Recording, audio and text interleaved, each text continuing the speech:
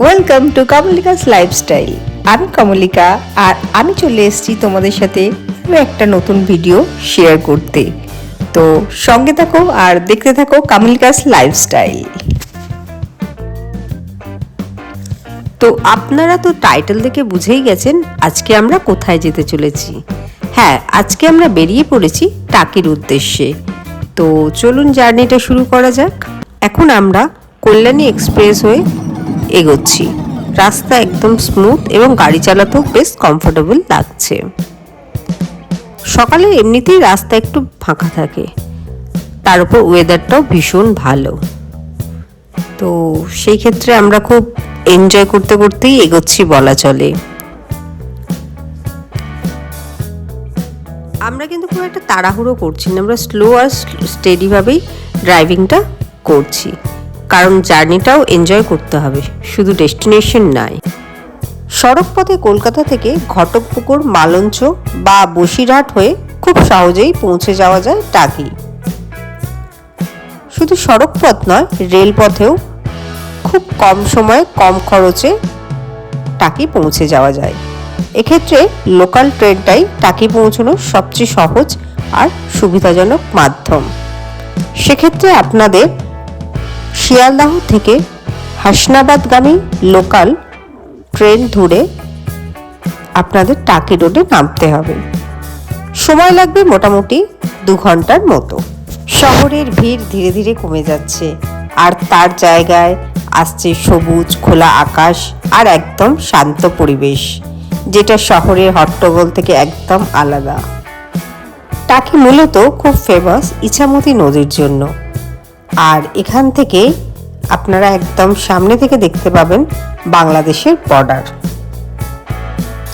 তো আজ আমি আপনাদের ঘুরে দেখাবো একদিনে কি করে টাকি ঘোরা যায়।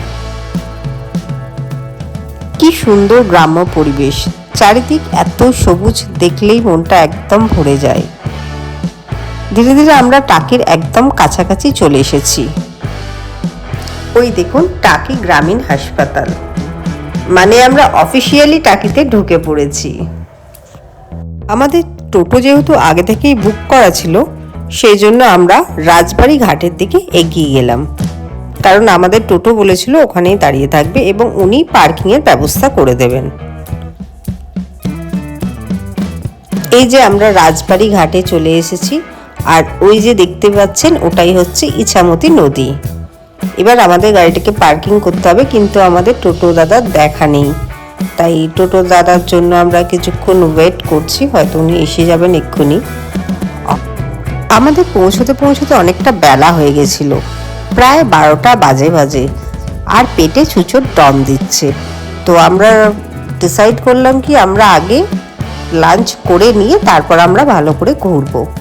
তো ওই টোটো দাদাই আমাদের টাকি পৌরসভা গেস্ট হাউসের নিয়ে এলেন। এখানে ওনাদের নিচে খুব ভালো রেস্টুরেন্ট আছে, তো ওখানেই আমরা চলে এসেছি।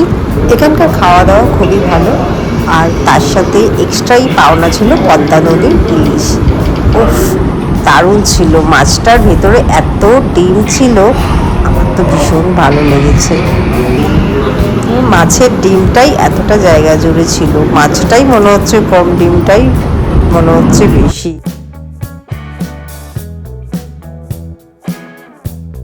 এখানে টাকি ভ্রমণের পুরো প্যাকেজ করে দেওয়া আছে। 3খানা এখানে সাইড আছে, এক একটা সাইডে এক এক রকমের 3-4 রকম করে স্পট আছে। তো এই দেখো কত সুন্দর ইছামতি নদীটা, দেখেই মন ভরে যাচ্ছে, অসাধারণ। প্রতিদিন ঘটে পুজো, কারণ আমাদের এখানে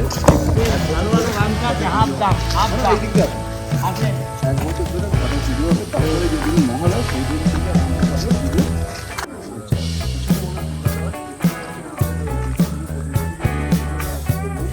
প্রথমেই আমরা চলে এসেছি কর্নেল শঙ্কর রায়চৌধুরীর বাড়িতে। এই বাড়িটিতে গয়নার বাক্স সিনেমা শুটিং হয়েছিল।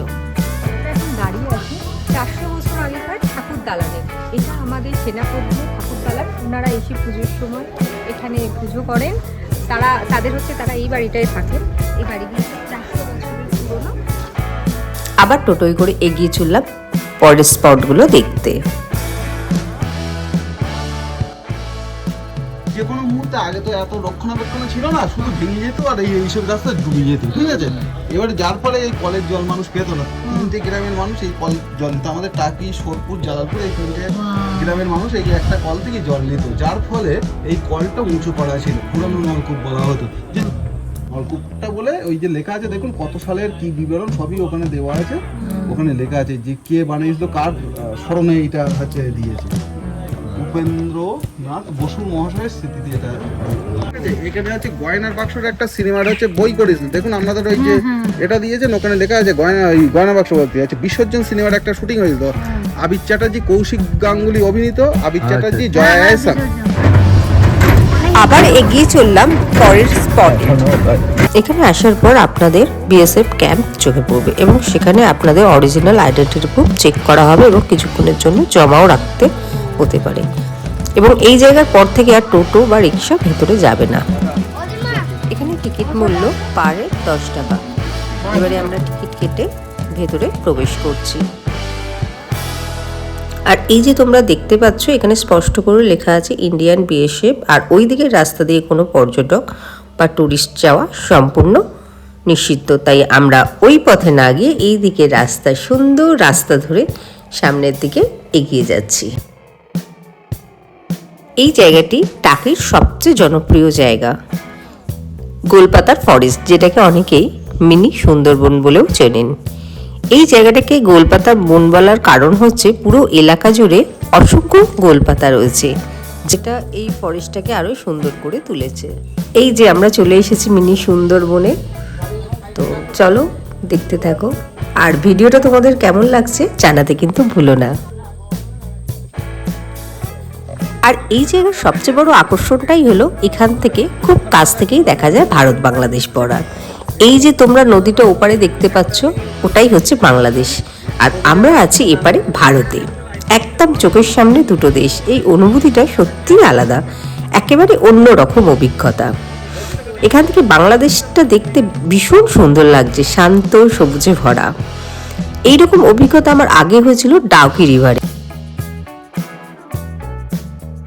এরপর এখানে আমরা ওয়াচ টাওয়ার থেকে একটু ঘুরে এখান থেকে বেরিয়ে গেলাম।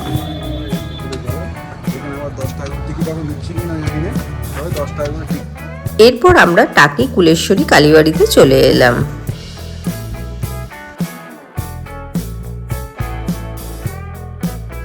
এরপর আমরা জোড়া মন্দির দেখে নিলাম। পুকুরের একেবারে ধারে শান্ত আর মনোরম পরিবেশের মধ্যে দাঁড়িয়ে আছে এই জোড়া মন্দির। বড় স্বচ্ছ জলের পুকুরটা যেন পুরো জায়গাটার সৌন্দর্য আরো বাড়িয়ে দিয়েছে। মন্দিরের প্রতিফলন জলে পড়ে একটা অন্যরকম দৃশ্য তৈরি হয়, যা চোখে আর মনে দুটোতেই থেকে যাওয়াটাই স্বাভাবিক।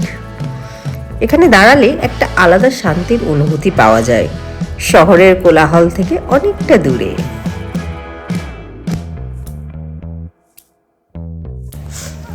আবার আমরা পৌঁছে গেলাম টাকি রাজবাড়ি ঘাটে। দেখতেই পাচ্ছ এখন বিকেল হয়ে গেছে, আলোটা একদম অন্যরকম, না বেশি গরম না অন্ধকার, পুরো জায়গাটার একটা আলাদা সৌন্দর্য। আজকে ট্রিপটা কিন্তু বেশ ভালোই হয়েছে। মাত্র 3-4 ঘন্টার মধ্যেই আমরা প্রায় টাকির সব গুরুত্বপূর্ণ জায়গাগুলো ঘুরে ফেলেছি। তাই একদিনের ছোট্ট ট্রিপের জন্য একদম পারফেক্ট একটা ডেস্টিনেশন বলা যায়। আর যারা ভাবছো একটু রেস্ট নিয়ে ঘুরবে, সেক্ষেত্রে এই যে সামনে দেখতে পাচ্ছ যে গেস্ট হাউসটা, এই গেস্ট হাউসটা খুব সুন্দর। তো আগেই তোমাদের বোধহয় বলেছি এর রুম ট্যারিফটা হচ্ছে 800 থেকে 1000-এর মধ্যে। আর সামনের দিকে ফ্রন্টের যারা এই রুমগুলো নেবে তারা সকালে ঘুম থেকে উঠে দরজা খুলেই সামনে নদী, খোলা আকাশ আর শান্ত পরিবেশে দিনটা শুরু করতে পারবে একদম ফ্রেশ মুডে। তো শহরের ভিড় থেকে দূরে যদি উইকেন্ডে বা একটা দিনের জন্য কোথাও ঘোরার প্ল্যানিং করো, তো এই জায়গাটা সত্যি অসাধারণ। আজকের মতো এইটুকুই। Tata, bye bye. সবাই ভালো থেকো, সুস্থ থেকো। আবার দেখা হচ্ছে তোমাদের সাথে পরের ভিডিওতে।